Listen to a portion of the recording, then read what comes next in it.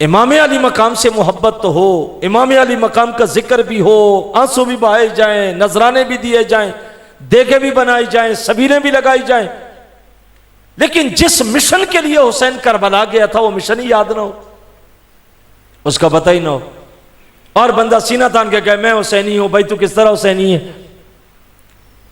तेरे पास हुसैन का मिशन ही नहीं, नाम की मोहब्बत क्या है? और सुना हुआ है ना कि चूरी खाने के लिए जब वो लैला देती थी तो बहुत सारे मजनू इकट्ठे होते थे। उसने कहा समझ नहीं आ रही, चूरी देती हूं सारे आ जाते हैं, पता नहीं असल मजनू कौन सा है। कहा एक दिन प्लेट में छुरी रख के देना और उन्हें कह के अपने जिस्म का फलां हिस्सा काट के मुझे चाहिए दे दो, तो फिर पता चल जाएगा जो असल होगा वो रह जाएगा, जो नकल होंगे वो भाग जाएंगे। हम मिशन के साथी नहीं बन सके। इमाम अली मकाम रदी अल्लाह ताला अन्हो करबला से निकल के, यानी मदीने से निकल के करबला तक गए थे। किस्से तो सबने सुनाए, वाक्य सबने सुनाए, दर्द भरी कहानियां बनाई, कुछ अपनी तरफ से बनाई, लेकिन किसी ने यह नहीं बताया कि हुसैन करबला तक क्यों गया था, उसका यजीद से इख्तिलाफ क्या था। वो किसी ने कहा कि दर्द याद है, दुख याद है, भूख याद है, प्यास याद है, गर्मी याद है, पर यह याद नहीं रहा कि वो भूख काटी क्यों थी, वो प्यास क्यों काटी थी, वजह बच्चे क्यों प्यासे रखे थे, कोई मकसद था ना पेशे नजर। हमारे पास वो मकसद नहीं है, हमारे पास सिर्फ वाकया रह गए, वाकयात सुनाए और जो है वो आंसू बहाए। और यूं है कि शहादत हुसैन भी एक जो है वो खेल बन के रह गई। इतना बड़ा मकसद शहादत जिसकी मिसाल दुनिया की तारीख पेश नहीं कर सकती। किसी ने दीन इस्लाम के लिए इतनी बड़ी कुर्बानी दी हो, सारे बच्चे कुर्बान किए हो, सारा घर उजाड़ा हो, और हम उसको किस्सा और कहानी बना के बस जो है वो मुहर्रम के दिनों में जिक्र कर लें और पूरा सालम फारिग है। मस्जिद में हम न जाएं, वजू हम न करें, गुस्ल का हमें नहीं पता, नमाज का हमें नहीं पता, पाक की पलीदी का हमें नहीं पता, और हम कौन है जी हुसैन के मलंग है। ये मलंगों वाला दीन कहां से आ गया? हुसैन मलंग नहीं था, हुसैन जुर्रत और दलेरी का नाम था, हुसैन इस्तेकामत का नाम था, हुसैन जुल्म की आंखों में आंखें डालने का नाम था। ये बेजरर सी जिंदगी कि बस घोट घोट के भंग पीता रहे, नशा करता रहे और अपनी भी खबर ना हो, ये नहीं। हुसैन वो था जिसकी पूरे जमाने पे नजर थी। हुसैन को पता था कि इस वक्त इस्लाम के खिलाफ कौन सी तहरीक उठी हुई है, नाने रसूल के दीन को कमजोर कौन कर रहा है और कहां से कर रहा है। हुसैन उसके मुकाबले में खड़ा हुआ था और करबला में जाके हुसैन ने सब कुछ कुर्बान किया। हुसैन से तो मुतालबा था ना कि बस हाथ पे हाथ रख दे और फिर जो मर्जी करता रहे। हुसैन अगर जान अजीज समझता, बच्चे अजीज समझता नबी के दीन से, तो हाथ पे हाथ रख देता, खुद बच जाता, बच्चे बच जाते, इज्जत मिलती, अजमत मिलती, दौलत मिलती, सब कुछ होता। लेकिन हुसैन ने जालिम, फासिक और फाजर के हाथ पे हाथ नहीं रखा। तो क्या हमने भी कभी यह सोचा है? देखिए ना, बैत कहते हैं अपने आप को बेचने को। आप जब किसी के हाथ पे बैत करते हैं, हाथ रखते हैं, तो गया आप अपना आप उसके सुपुर्द कर देते। यजीद ने कहा था हाथ पे हाथ रख ले और फिर जो मर्जी करता। फिर हुसैन ने कहा जालिम यही तो मैं नहीं कर सकता, क्योंकि मैंने ये हाथ नाने मुस्तफा के हाथों में दे दिया। हमने भी ला इलाहा इल्लल्लाह पढ़ने के बाद रसूलुल्लाह से वादा कर लिया है, लेकिन उसके बावजूद हर फासिक फाजिर के सामने हम झुक रहे होते। शराब शरीयत में हराम है, हमें पता होता है कि बंदा आदि शराबी है, हम उसके बावजूद भी उसके साथ दोस्ती लगा के बैठे होते हैं। सूदखोर का पता होता है कि सूदखोर है, उसके साथ दोस्ती होती है, रिश्तेदारियां कर रहे होते हैं। पता होता बेनमाजी है, पलीद है, लेकिन उसके बावजूद वो हमारा सब कुछ होता है। जब तक हम हकीकी मोहब्बत के रूप में नहीं आएंगे, हम समझेंगे ही नहीं कि असल मोहब्बत हुसैन क्या है। ये किस्सा सुना देना, वाक्य सुना देना, मैंने उस दिन भी कहा था कि हुसैन हमसे घर की छत पे झंडे का मुतालबा नहीं करता। हुसैन ये कहता है जिस दीन के लिए मैंने कुर्बानी दी, तेरे घर की छत पे झंडा ना भी हो लेकिन तेरे घर के अंदर वो दीन रसूल जरूर होना चाहिए।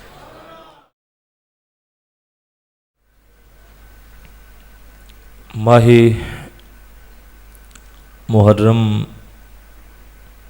का पहला अशरा बीत चुका है, लेकिन गली गली और नगर नगर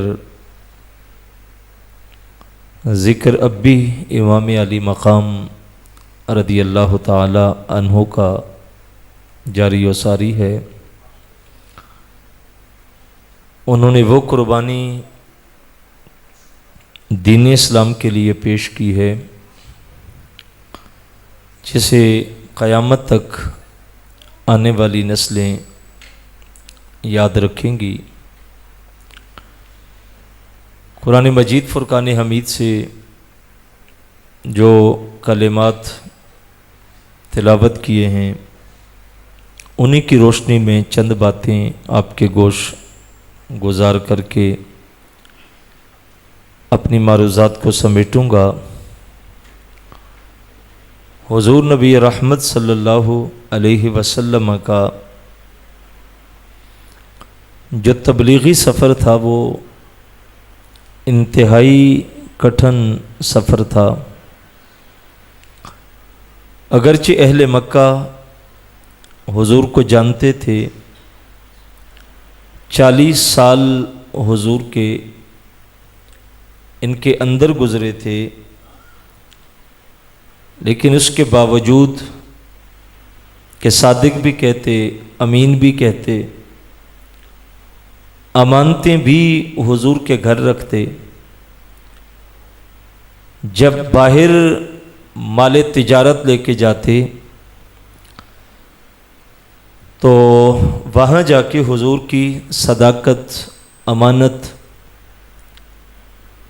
मुल्क शाम जाके किससे सुनाते कि हमारे यहाँ एक ऐसा जवान है जिसने कभी झूठ नहीं बोला, कभी वादा खिलाफ़ी नहीं की। लेकिन जब हुज़ूर ने ऐलान नबूवत किया तो फिर माहौल बदला और जो सादिक कह रहे थे, अमीन कह रहे थे, उन्होंने ही ऐलान किया कि लस्ता मुरसला, हम तुझे रसूल नहीं मानते। और फिर मुखालफतों के जो तूफ़ान थे वो बहुत तेज़ हो गए। आप जानते हैं कि जब मुखालफत बाहर से हो तो मुकाबला होता है, लेकिन जब घर के अंदर से मुखालफत के तूफ़ान खड़ी हो जाएं तो फिर वो मुखालफत इंसान को तकलीफ़ देती है।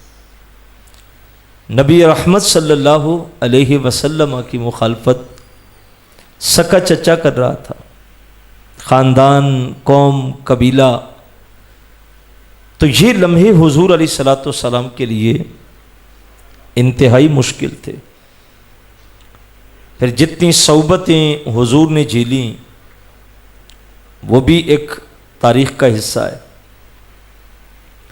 जिस लगन के साथ हुज़ूर पैगाम हक देते थे और जितनी हुज़ूर के अंदर तड़प थी कि लोग दीन के करीब आएं। देखे ना, मक्के से ताइफ का सफ़र थोड़ा नहीं और आसान भी नहीं। जो लोग गए हैं वो जानते हैं कितना मुश्किल है। और जिन राहों से हुज़ूर गुज़र के उन पहाड़ियों पे चढ़े थे वो एक सख्त और कठिन सफ़र था, लेकिन हुज़ूर फिर भी गए थे। क्या तिजारत की गर्ज से गए, कारोबार की गर्ज से गए, दोस्तों को मिलने गए, रिश्तेदारों को मिलने गए? नहीं, सिर्फ अल्लाह का पैगाम लेके गए थे। और उन दरवाज़ों पे दस्तक दी और वहाँ से जो जवाब मिला वो फिर इंतहाई तकलीफ़ दे था। पूछा जाता कौन? कहा मोहम्मद।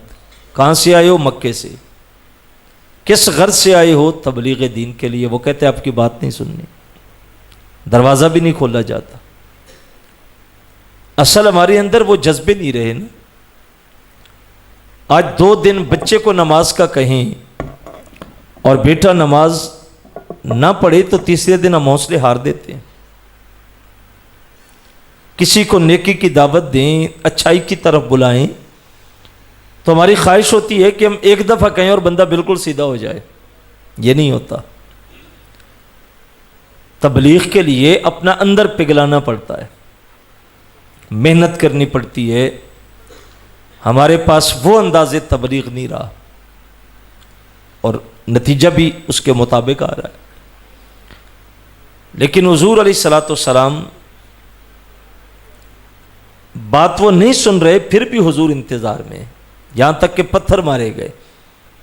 आप आज भी जाएं तो ताइफ के अंदर वो बाग मौजूद है, अदास नामी, जहाँ मस्जिद अदास बनी हुई है, छोटी सी मस्जिद है।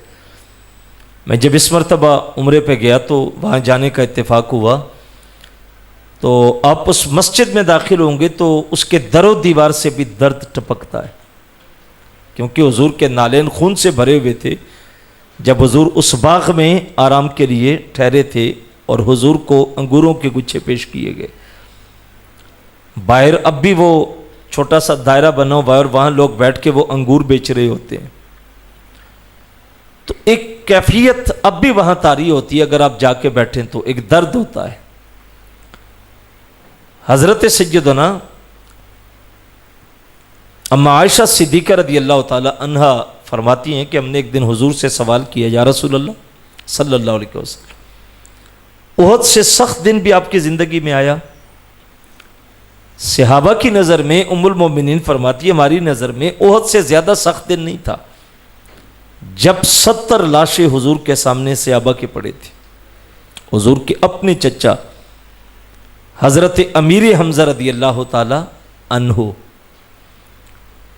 जिनको बड़ी बेदर्दी के साथ शहीद किया गया, आपके आज़ाए जिस्मानिया काट के हार बनाया गया, कलेजा निकाल के चबाया गया।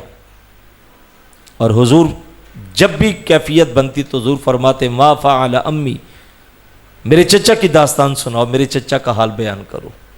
और एक दर्द की कैफियत थी, हुजूर के माथे पे काली पट्टी बांधी हुई थी। तो एक दर्दनाक कहानी थी। तो अम्मा आयशा सिद्दीक़ा रज़ियल्लाहु ताला अन्हा फरमाती हैं कि हमें यह लगा कि इस दिन से ज़्यादा सख्त दिन हुजूर की ज़िंदगी में नहीं आया। तो हमने एक दिन पूछ लिया कि हुजूर उहद से ज़्यादा सख्त दिन भी आया? तो हुजूर फरमाया, आयशा, जब तेरी कौम ने मुझे ताइफ में पत्थर मारे थे, वो दिन इस दिन से भी मेरे लिए सख्त दिन था।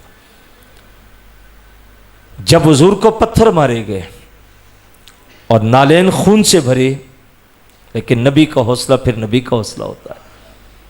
आसमान से जिब्रील आए, कहा महबूब दो हर बद्दुआ के कह दो, अभी ताइफ की वादी को उठा के उलट देते हैं, सफ़े हस्ती से मिटा देते हैं, निशानी ख़त्म हो जाएगा कि यहाँ कोई आबाद थे। जब इसरार बढ़ा तो हुजूर के हाथ उठे और लब खुले, और जिब्रील इंतज़ार में था कि अभी लफ्ज़ बद्दुआ के निकलेंगे तो बस्ती उलट जाएगी। लेकिन हुजूर फरमाया, ऐ अल्लाह, ताइफ के मकीनों को हदायत दे, ये मुझे जानते नहीं मैं कौन हूँ, जानते होते तो पत्थर न मारते, मेरी राहों में फूल बिछाते। असल पहचान भी तो मुश्किल होती है ना।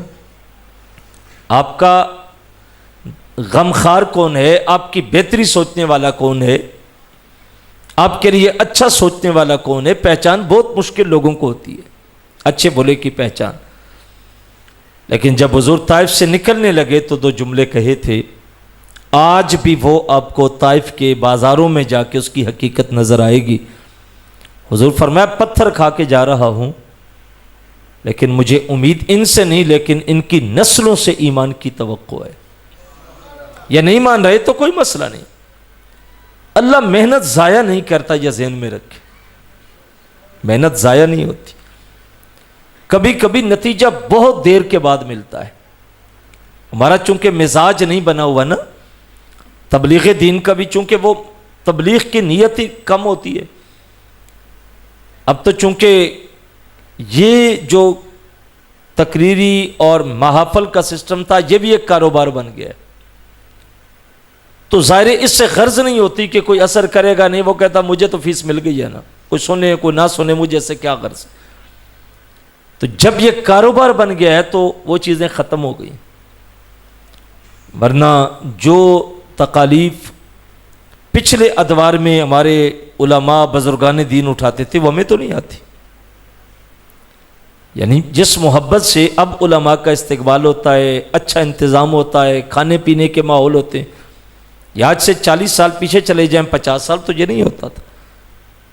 लेकिन जो मुशक्क़त वो उठाते थे, साइकिलों पे उलमा जाया करते थे, ये टांगे चला करते थे, उन पे उलमा जाया करते थे। अब अच्छी गाड़ियाँ, अरे सहूलतें मिल गई हैं, लेकिन अब मिजाज वो नहीं रहा।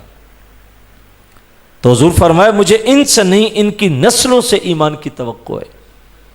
और आज कभी जाने का इत्तेफाक हो तो आप ताइफ में दाखिल हों और वहाँ वो जो सबसे बड़ी मस्जिद बनाई गई, मस्जिद अब्बास, उसको देखें और दीगर मसाजिद का हुस्न देखें तो हुजूर की वो दुआ और वो लम्हे याद आते। तो मेहनत ज़ाया नहीं होती। तो हुजूर ने बड़ी मुशक्क़त करके पैगाम हक दिया था। मक्के के हालात बहुत सख्त थे, लेकिन उसके बावजूद हुजूर के हौसले थे कि वो आगे बढ़ते चले गए। लेकिन सारी मेहनत के बावजूद, मुशक्क़त के बावजूद फरमाया ला अस्अलुकुम अलैहि अजरा, मैंने पत्थर खा के तुम्हें दीन दिया, लेकिन उजरत का सवाल नहीं है। तुमने दरवाजे बंद किए, मैं इंतज़ार करता रहा, तुमने कानों में उंगलियां डाली, मैं इंतज़ार में खड़ा रहा, लेकिन उजरत का सवाल नहीं कर रहा। इल्लल मवद्दत फिल कुर्बा, इतना कहता हूं कि मेरे कराबतदारों से मोहब्बत करना। कराबत के साथ यह ज़हन में रख लें कि हुजूर की हर कुर्बत, जो भी हुजूर के साथ करीब थे, हमें उन सारी कराबतदारों का लिहाज रखना चाहिए, अहले बैत हों या सहाबा हों। असल उम्मत को तोड़ा गया और फिरकों में बांटा गया। एक तबका अहले बैत के साथ खड़ा हो गया, दूसरा तबका सहाबा के साथ खड़ा हो गया। लेकिन अल्लाह का शुक्र है कि अहले सुन्नत का जो रास्ता है वो एतदाल का है, उसमें दोनों तरफ पूरा पूरा लिहाज रखा गया रसूलुल्लाह की कराबत का। अहले बैत से भी मोहब्बत का दम है और सहाबा की अजमत को भी सलाम है। देखिए ना, हुजूर ने दोनों को जोड़ा है। अगर आप गौर करें, कुरान मजीद फुरकान हमीद को पढ़ें, तो कुरान मजीद चूंकि अरबों में नाजिल हुआ है, तो कुरान की बहुत सारी मिसालें मुहावरे अरब के मुताबिक है। यानी जब आप किसी बात को समझाना चाहें, को मिसाल देना चाहें, तो आप उस इलाके की मिसाल देते हैं जो लोगों की समझ में जल्दी आ जाती। तो अरब के अंदर जो कुरान उतरा है उसमें कई मिसालें मुहावरा अरब के मुताबिक हैं। इसी तरह नबी रहमत सल्लल्लाहु अलैहि वसल्लम के फरामीन जो अहदीस हैं, वो भी अरबी माहौल के मुताबिक, अरब के माहौल के मुताबिक वो मिसालें हुजूर ने जिक्र की। यानी आपको मैं एक हुजूर का फरमान सुनाऊं और फिर उस पे अरब का वो जो रिवाज था वो, तो फिर आपको बात समझने में आसानी हो जाएगी। अल्लाह के महबूब अलैहिस्सलाम ने अहले बैत के मुताल्लिक फरमाया कि मेरी अहले बैत कश्ती नू की तरह है, जो सवार हो गया वो बच गया और जो रह गया वो गर्क हो गया। और सहाबा के बारे फरमाया कि मेरे सहाबा आसमान के चमकते हुए सितारे, जिसके पीछे चलोगे हदायत पा जाओगे। ये दो चीजें हुजूर ने जिक्र की। अब आप चले जाएं अरब के रिवाज के मुताबिक। अरबों के उस दौर में जब सफर होते थे समुद्रों के अंदर, तो कश्तियों पे सफर करते थे। लेकिन जब वो रात होने लगती और शाम के अंधेरे ढलने लगते, तो वो जिस सिमत जा रहे होते थे एक सितारे पे नजर रख लेते। जब खूब अंधेरा छा जाता और समझ नहीं आती थी, समंदर नजर नहीं आता था, तो वो सितारे पे नजर रख के सफर करते रहते। और अगर नजर सितारे से हट जाती तो सारी रात कश्ती घूमती रहती, लेकिन मंजिल नहीं मिलती थी। अब जरा इस मिसाल के मुताबिक समझिएगा। हुजूर फरमाया अहले बैत कश्ती ये नू है और सहाबा आसमान के चमकते सितारे। मोहब्बत की कश्ती पे सवार हो जाओ, नजर सितारे पे रखोगे तो मंजिल मिलेगी। कश्ती है लेकिन सितारा नहीं, मंजिल फिर भी नहीं। सितारा है, कश्ती नहीं, मंजिल फिर भी नहीं। मंजिल किसे मिलेगी? जिसके पास कश्ती भी होगी और सितारा भी होगा। और अल्लाह का शुक्र है कि दोनों चीजें अल्लाह ने अहले सुन्नत के हिस्से में रखी हुई है। हम दोनों तरफ उनको मोहब्बत देते हैं, प्यार देते हैं। बाकी जो नबी रहमत सल्लल्लाहु, देखिए ना, एक पीर के दो करीब रहने वाले लोग, करीब रहने वाले, अगर वो आपस में हसद करें, बुग़्ज़ करें, लड़ाइयां करें, तकलीफ किसको होती है? पीर को।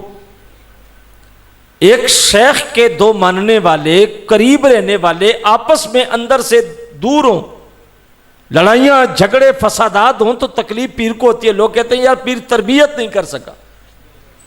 बताओ, जो अबू बकर, उमर, उस्मान, अली हुजूर के कुर्ब में रहे, और अगर दोनों चारों आपस में अंदर से इकट्ठे नहीं हो सके तो बात इन पे नहीं आएगी, हर मुस्तफा की जात पे आएगा कि नबी के कुर्ब में रहने के बावजूद इनका आपस में अंदर से ताल्लुक इकट्ठा नहीं हो सका।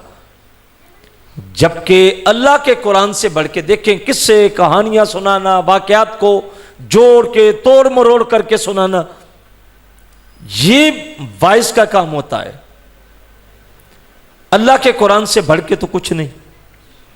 सबसे पहली चीज हमारे पास अल्लाह का कुरान है। मुहम्मदुर रसूलुल्लाह वल्लज़ीना माअहु अशिद्दाउ अलल कुफ़ार। कुरान कहता है जो मोहम्मद है, अल्लाह के रसूल हैं, इनके जो साथ जुड़े हुए हैं वो काफरों पे सख्त हैं, आपस में बड़े रहम दिल हैं। कुरान कहे वो आपस में रहम दिल हैं, और वाकया सुनाने वाले, किस्से सुनाने वाले इनकी दुश्मनी के किस्से सुनाते रहे। तो बताओ हम कुरान को मानेंगे या किस्सा गो को मानेंगे? जब कुरान कह रहा आपस में रहम दिल हैं, बात खत्म हो गई। तो हमें इनके साथ जुड़ने की तलकीन की गई। और नबी रहमत सल्लल्लाहु अलैहि वसल्लम का जो तरीका था बड़ा खूबसूरत था। सुनिए, आकर अलैहिस्सलाम तशरीफ फरमा है, और एक शख्स आया और उसने हुजूर से कुछ सौदा किया। अल्लाह के नबी सल्लल्लाहु अलैहि वसल्लम ने उसको कुछ पैसे दे के कुछ उधार कर लिए। फरमाया फिर आके ले जाना। वो लेके निकला तो हजरत सैयदना फारूक आजम रदी अल्लाह ताला अन्हो बाहर बैठे थे। कहा अंदर से आ रहे हो, क्या हुआ है? कहने लगे हुजूर ने ऊंट खरीदा है या कुछ सौदा खरीदा है, कुछ पैसे दिए और कुछ का वादा है। फारूक आजम रदी अल्लाह ताला अन्हु ने फरमाया कि ज़ाहिर इंसान है, किसी वक्त भी कुछ हो सकता है, तो हुजूर ने आपको बताया है कि जब आप आएंगे अगर हुजूर नहीं मिलेंगे तो फिर पैसे किससे लोगे? उसने कहा ये तो मैंने पूछा ही नहीं। फरमाया जाके मामला क्लियर कर लो, हुजूर अभी हैं। वो देहाती बंदा था, सीधा साधा था, वो फिर अंदर चला गया। या रसूल अल्लाह जब आऊं आप ना मिले तो फिर पैसे कौन देगा? अल्लाह के नबी फरमाया अगर मैं ना हुआ तो फिर अबू बकर देगा। वो फिर बाहर गया। हजरत फारूक आजम का क्या बना? कहा हुजूर ने कहा अगर मैं ना हुआ तो अबू बकर देगा। फरमाया ये भी पूछ के आओ कि अगर अबू बकर भी ना हुए फिर कौन देगा? वो सीधा साधा देहाती था, फिर अंदर चला गया। या रसूल अल्लाह अगर आप भी ना हुए, अबू बकर भी ना हुआ तो मेरे पैसों का क्या बनेगा? हुजूर फरमाया अगर अबू बकर ना हुआ तो फिर मेरा उमर देगा। वो फिर वापस गया। उसने कहा क्या जवाब मिला? कहा हुजूर ने कहा उमर देगा। फरमाया अगर उमर भी ना हुआ तो फिर? उसने कहा यह तो मैंने पूछा नहीं। कहा जाके फिर पूछाओ। वो देहाती था, फिर अंदर चला गया। या रसूल अल्लाह अगर आप भी ना हुए, अबू बकर भी ना हुआ, उमर भी ना हुआ, फिर मेरे पैसे कौन देगा? हुजूर फरमाया अगर अबू बकर उमर दोनों ना हुए तो फिर मेरा उस्मान देगा। उसने आके उमर को, हजरत मौला अली रदी अल्लाह ताला अन्हु बैठे थे, भेज रहे थे बार बार। तो मौला अली रदी अल्लाह ताला अन्हु ने फरमाया क्या फरमाया हुजूर ने? कहा हुजूर ने कहा है कि अगर अबू बकर उमर ना हुए तो उस्मान देगा। फरमाया अगर उस्मान भी ना मिले तो फिर क्या बनेगा आपके पैसों का? उसने कहा ये तो मैंने पूछा ही नहीं। कहा हुजूर हैं, जाके मामला क्लियर कर ले, पूछ ले। बात सुनने वाली है। जब चौथी बार वो अंदर गए और जाके पूछा या रसूल अल्लाह अगर आप भी ना मिले, अबू बकर ना मिला, उमर ना मिला, उस्मान ना मिला, फिर मेरे पैसे कौन देगा? हुजूर मुस्कुरा के फरमाया जो तुझे बार बार भेज रहा है फिर वही दे देगा। जो तुझे बाहर से भेज रहा है ना बार बार, फिर वो दे देगा। तो अल्लाह के रसूल ने अपने बात सारी तरतीब में बता दी। मेरे बाद कौन होगा, फिर कौन होगा, फिर कौन होगा, फिर कौन होगा।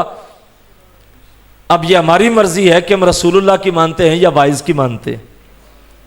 बाकी जो मोहब्बतें वहां रखी गई, जो प्यार वहां रखा गया, यकीन करें कि आप पढ़ेंगे, देखें ना, अहले बैत अतहार की अजमत की जितनी रवायात हैं उम्मत तक आई हैं, किसने हमें बताई?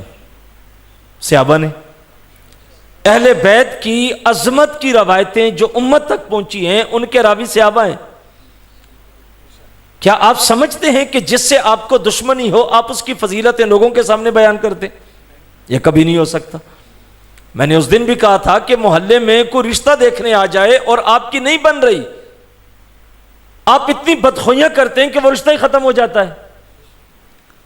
और सहाबा अहले बैत की अजमत की कहानियां उम्मत के सामने रख रहे हैं, तो पता चला उनके दरमियान दुश्मनी नहीं थी, दूरियां नहीं थी, उनके दरमियान अल्लाह ने मोहब्बतें रखी थी। हजरत मौला अली रदी अल्लाह ताला अन्हो का कद थोड़ा सा दरमियाना था।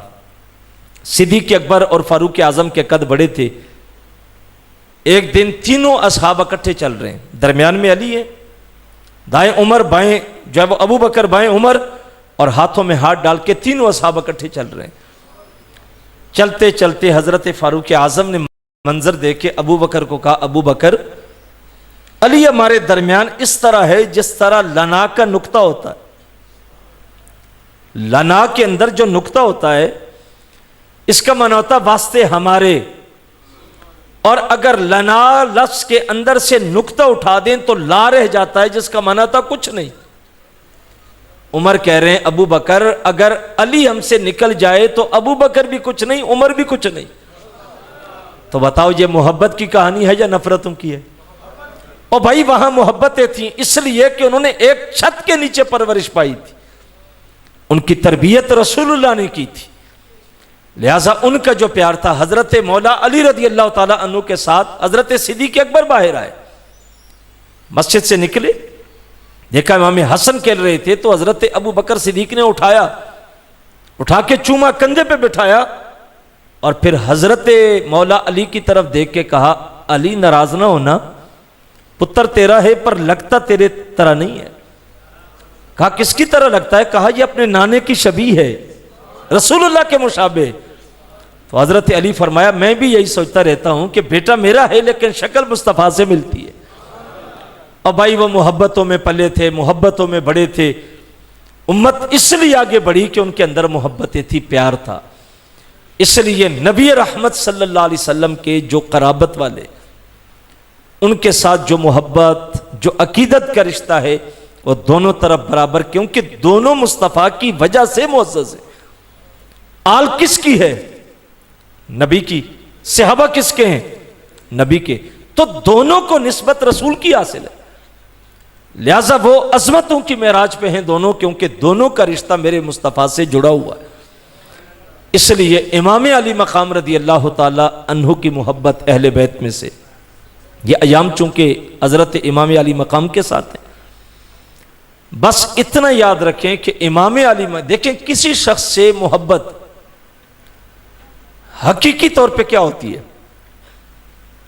कि आप उसके मिशन से मोहब्बत करें। किसी जात से मोहब्बत यह होती है कि आप उसके मिशन से मोहब्बत करें। आप एक पीर के मुरीद हैं, पीर साहब से बड़ी मोहब्बत है, लेकिन जो पीर साहब का तरीका था वो आप अपनाते नहीं, जो पीर का मिशन था वो आपने छोड़ दिया। वो मुरीद कैसा मुरीद है?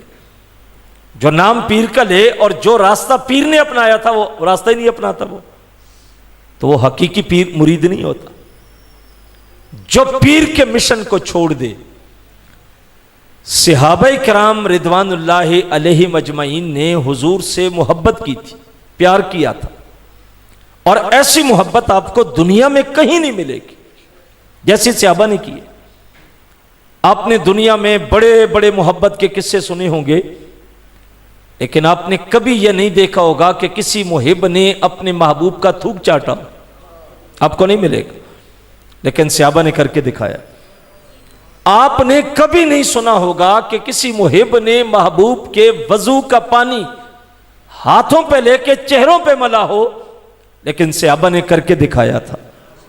आपने नहीं देखा होगा कि किसी ने कभी अपने महबूब का मुहिब ने पेशाब पिया हो, लेकिन सहाबा के अंदर यह नजर आता है।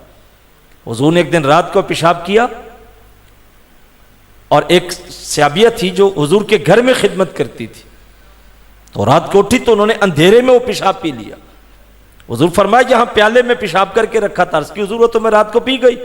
हुजूर फरमाया अल्लाह ने तुझे अंदर की सारी बीमारियों से खलासियां दे दी है, खून कभी नहीं पिया। हुजूर ने पचने लगवाए, खून प्याले में रखा और एक खादिम को देके कहा जाओ ऐसी जगह ठिकाने लगाओ जहां कोई ना देखे। वो गए पसे पर्दा और पी गए। वापस आए तो हुजूर फरमाया ठिकाने लगाए। हुजूर ऐसी जगह लगाए किसी को पता नहीं चलेगा। अल्लाह के रसूल ने देख के फरमाया लगता है तो पी गया है। हुजूर इससे बढ़ के ठिकाना था ही कोई नहीं। तो अल्लाह के रसूल फरमाया तुझे अल्लाह ने जहन्नम से आजाद कर दिया। ये मोहब्बत की दास्तानें तुम्हें दुनिया में किसी मुहिब में नहीं नजर आएगी। हजरत अबू हुरैरा रदी अल्लाह ताला अन्हु बैठते हैं। हुजूर फरमाया अबू हुरैरा कभी कभी चले भी जाया करो, मोहब्बत बढ़ती है, देर से मिला करो। उठते हैं वापस जाते हैं तो यूं पीछे पीछे पलट के जाते हैं, पुश्त हुजूर की तरफ नहीं करते। दरमियान में सतून आया, उसकी ओट में गए तो हुजूर का चेहरा नजरों से उजल हो गया। माही ब्याप की तरह तड़पने लगे और वापस आके फिर बैठ गए। काबू रहरा फिर आ गए हो।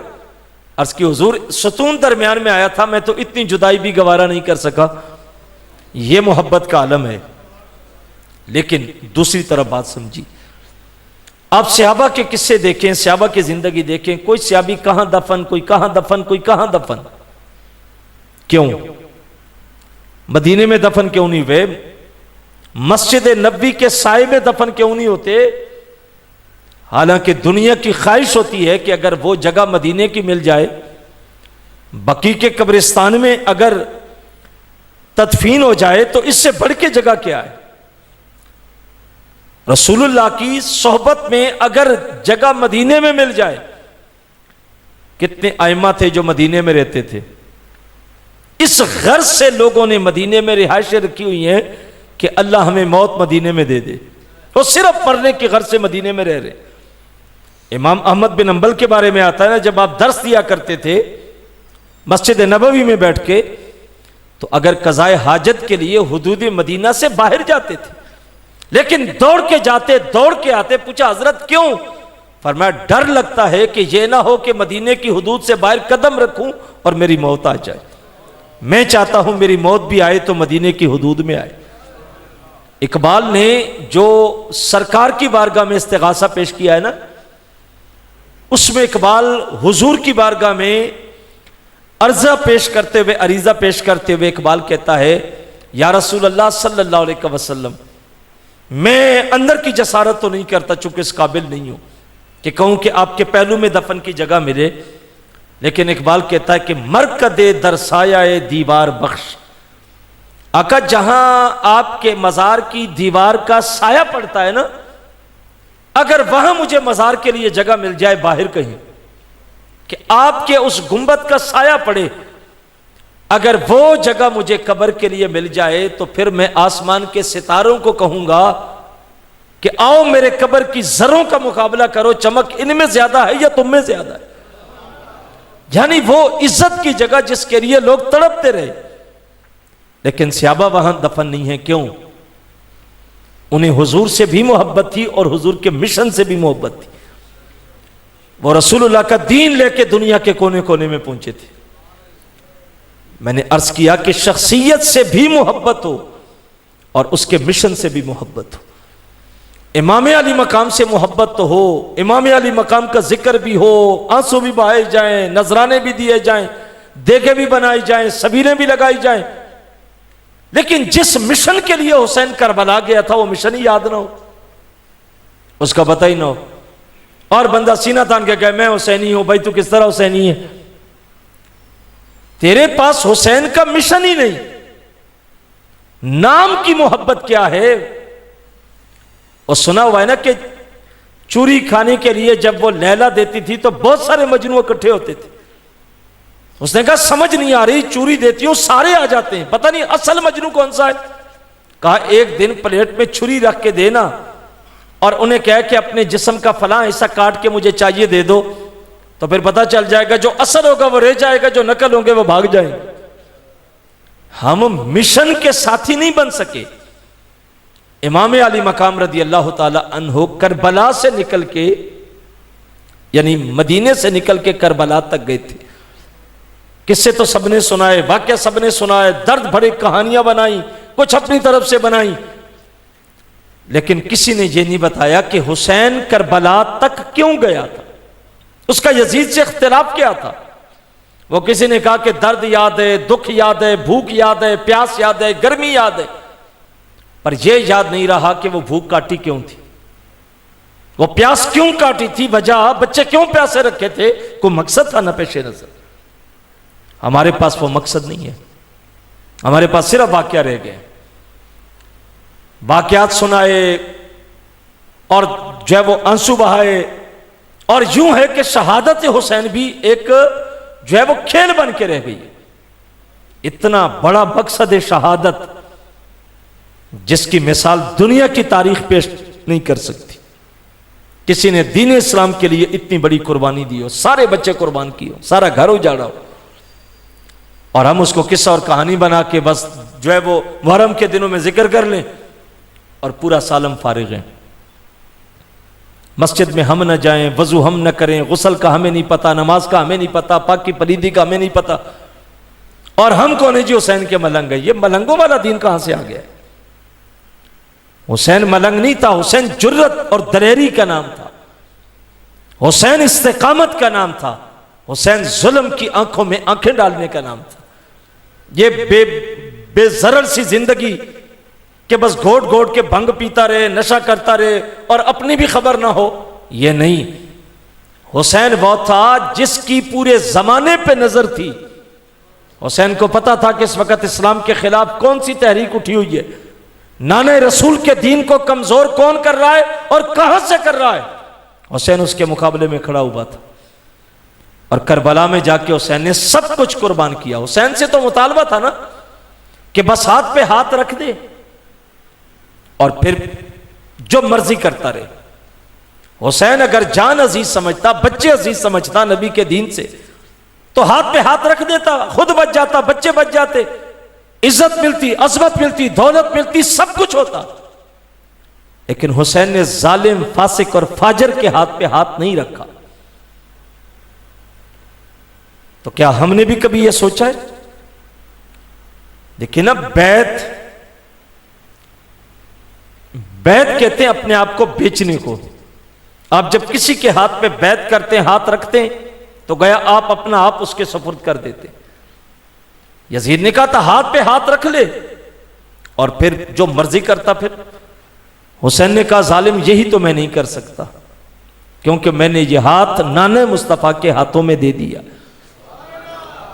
हमने भी ला इलाहा इल्लल्लाह पढ़ने के बाद रसूलुल्लाह से वादा कर लिया है, लेकिन उसके बावजूद हर फासिक फाजिर के सामने हम झुक रहे होते।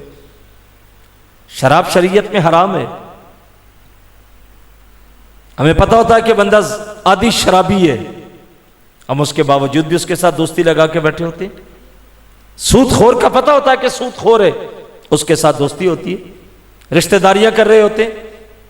पता होता बेनमाजी है, पलीद है, लेकिन उसके बावजूद वो हमारा सब कुछ होता है। जब तक हम हकीकी मोहब्बत के रूप में नहीं आएंगे, हम समझेंगे ही नहीं कि असल मोहब्बत हुसैन क्या है। ये किस्सा सुना देना, वाक्य सुना देना, मैंने उस दिन भी कहा था कि हुसैन हमसे घर की छत पे झंडे का मुतालबा नहीं करता। हुसैन ये कहता है जिस दीन के लिए मैंने कुर्बानी दी, तेरे घर की छत पे झंडा ना भी हो लेकिन तेरे घर के अंदर वो दीन रसूल जरूर होना चाहिए। जिसके लिए मैंने कुर्बानी दी, मैंने बच्चे कुर्बान किए दीन के लिए, और वो दीन तुम्हारे पास है ही नहीं। ना नमाज है, ना रोजा है, ना हज है, ना ज़कात है, कुछ भी नहीं है। भाई इसके लिए तो हुसैन गया था। हुसैन दीन के लिए गया था ना, नमाज को बचाने गया था।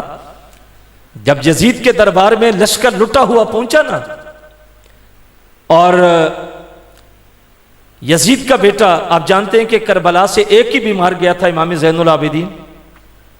तो एक कोने में खवातीन के झुरमट में पड़े हुए थे और दाएं बाएं खवातीन बैठी थी। तो यजीद का बेटा जो था वो उठा के मैं अपने दरबार के माहौल को जरा देखूं। उसे इस वक्त अंदाजा नहीं था कि क्या हुआ है। वो तो बाद में फिर नफरत की गई। जब उसको जबरदस्ती बिठाया गया तख्त के ऊपर, तो उसका बेटा भी उसके तख्त पे बैठने को तैयार नहीं था। तो जब वो घूमने के लिए गया और उसने देखा कि शादियाने बज रहे हैं, फतह का जश्न मनाया जा रहा है, तो गुजरते गुजरते उसने देखा कोने में खवातीन है। तो कहा ये बच्चा कौन है? किसी ने कहा ये इमाम हुसैन का बेटा ज़ैनुल आबिदीन है, बीमार था और ये करबला से बच के आया है। तो उसने यजीद के बेटे ने हुसैन के बेटे को देख के कहा, देखा अपने बाप का अंजाम, हमारे मुकाबले में आए थे और हमारा देख शानो शौकत, ये शादियाने बज रहे हैं, खाने बन रहे हैं, फतह का जश्न मनाया जा रहा है, हमारा हाल देख और अपना देख, खत्म हो गए हो, मिट गए हो, सारा खानदान ज़िबा हो गया। आगे गुजर गया। जब वो पूरा चक्कर काट के दोबारा आया तो साथ ही मस्जिद थी, अजान की आवाज आई। तो बजते हुए शादियाने रुक गए, सन्नाटा छा गया। फिर ये भी हुसैन का बेटा था।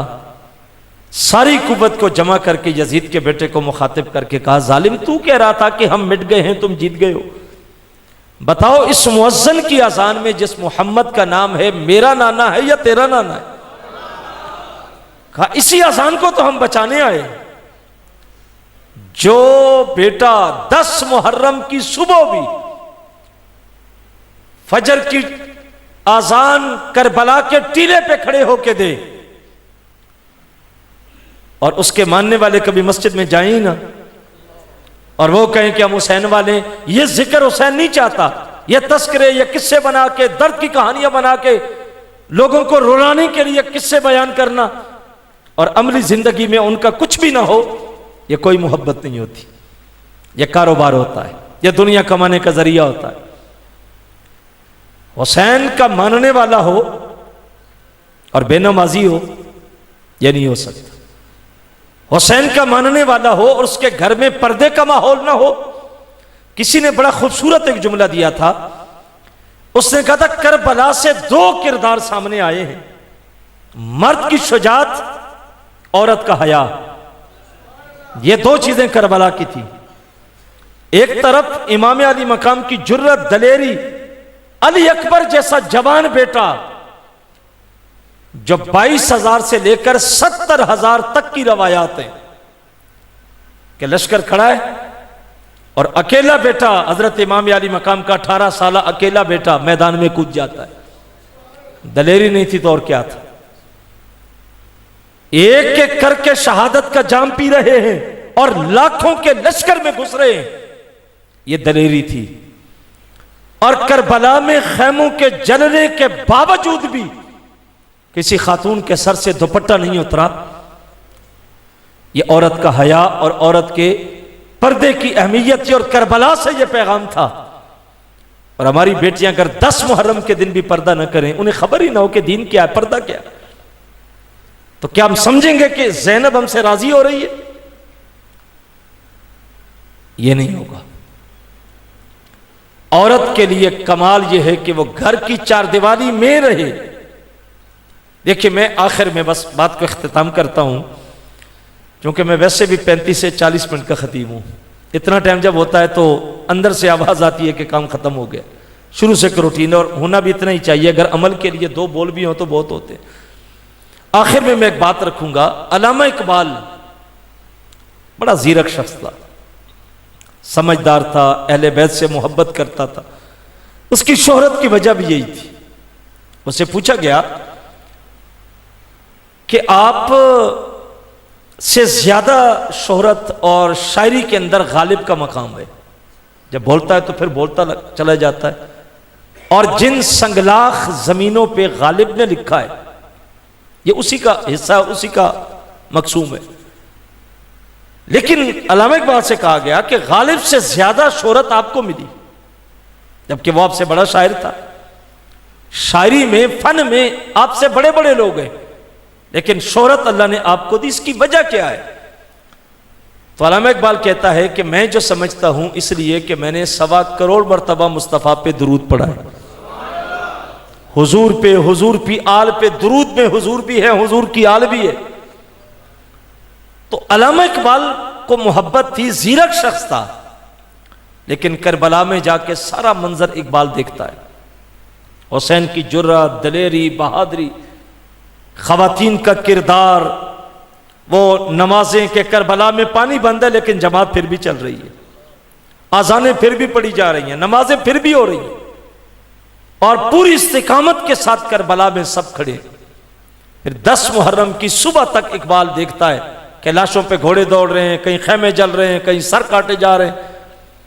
लेकिन इकबाल बड़ा जीरक था, करबला में बोलता नहीं, सिर्फ देखता है। सारा मंजर देखा, बहादुरी, दलेरी, जुर्रत, खामोश खड़ा है। वहां से जब पलटता है तो सीधा हजरत फातिमा ज़हरा की कब्र पे आता है। अच्छा, देखा हुसैन को, लेकिन सलाम फातिमा को कर रहा है। जुर्रत, बहादुरी, दलेरी हुसैन की देखी, लेकिन सैल्यूट फातिमा को करता है। और इकबाल क्या कहता है? इकबाल बोल के कहता है, रिश्ता ए आईने हक जंजीरे पास्त, पास्त फरमाने जनाबे मुस्तफास्त, वरना गिरदे तुरबतश गर्दीद में, सजदा बर खाके ऊपाशीद में। इकबाल कहता, ज़हरा अगर तेरे बाप की शरीयत की जंजीरें मेरे कदमों में ना होती और मैं दीन का, शरीयत का कैदी ना होता, पाबंद ना होता, और तेरे बाप का ये फरमान मेरे मलहूज ना होता कि अल्लाह के सिवा किसी को सजदा नहीं, काबातुल्लाह के बगैर किसी का तवाफ नहीं, अगर मैं इन ज़ाब्तों में कैदी ना होता, मैं काबे का तवाफ न करता, तेरी कब्र का तवाफ करता। मैं काबे को सजदा न करता फातिमा, तेरी कब्र को सजदा करता, क्योंकि हुसैन करबला में जो कुछ भी है तेरी तरबियत का कमाल ही तो है। माओ को यह मकसद सौंपा गया था कि जितनी पर्दे में रहोगी तुम्हारी गोद से हुसैन इब्न अली के गुलाम बन के पैदा हो, तरबियत करके मुआशरे को दो। आज डाकू, लुटेरे, शराबी, बदमाश, गुंडे सब कुछ पैदा हो रहा है, लेकिन मस्जिदों की सफ़ें खाली हैं, क्योंकि माओ ने किरदार अदा नहीं किया। उनके पास किरदार नहीं था।